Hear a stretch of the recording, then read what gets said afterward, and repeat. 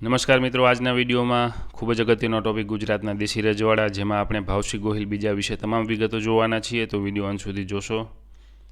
ભાવનગરના રાજા ભાવસિંહ ગોહિલ બીજા 25મા શાસક હતા। તેમણે રાજકોટની રાજકુમાર કોલેજમાં શિક્ષણ મેળવ્યું હતું। તેઓએ ઉચ્ચ શિક્ષણ મેળવ્યું હોવાથી ભાવનગરને આધુનિક અને સગવડતાવાળું રાજ્ય બનાવ્યું હતું। આથી જ કેટલાક ઇતિહાસકારો તેમને આધુનિક ભાવનગરના ઘડવૈયા કહે છે।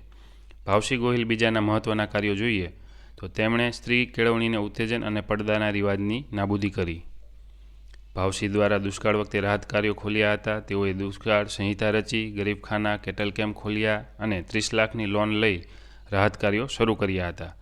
ધોળાથી પોર્ટ આલ્બર્ટ વિક્ટર સુધીની રેલવે લાઇન, નવા રસ્તાઓ અને નવા 94 તળાવો બાંધ્યા।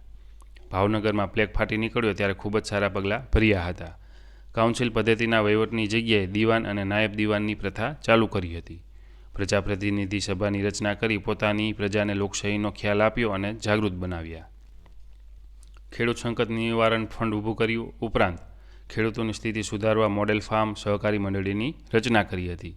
સિંચાઈની સગવડતા વધારવા માટે સિહોરનું રામધારી તળાવ અને ભીમડાદનું મનહર તળાવ ₹8 લાખના ખર્ચે બાંધ્યા હતા। તારીખ 1/4/1902ના રોજ ભાવનગર દરબાર સેવિંગ્સ બેંક શરૂ કરી। આઝાદી બાદ તેનું નામ બેંક ઓફ સૌરાષ્ટ્ર કરવામાં આવ્યું।